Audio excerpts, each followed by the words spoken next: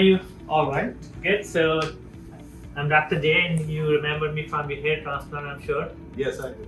Okay. So how was the experience? So far, so good. I felt little pain the very first day, and after that, next day I went back to work. So I think it's been like about 7 or 10 days.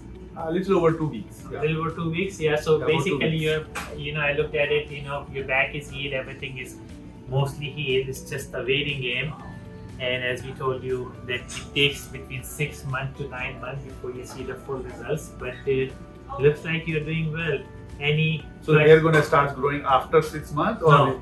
I will feel it now? No, the hair starts growing within 6 to 8 weeks. Different, everybody has different thing. So it could be between 6 to 8 weeks. But after that, hair growth is very slow. Usually the hair grow only like a millimeter a day. So it takes time before you have regular hair growth. But usually within 6 months you should start seeing some significant improvement. No, it was a good experience. There was not much downtime. I took only 1 day off from my work, and next day I went back to work.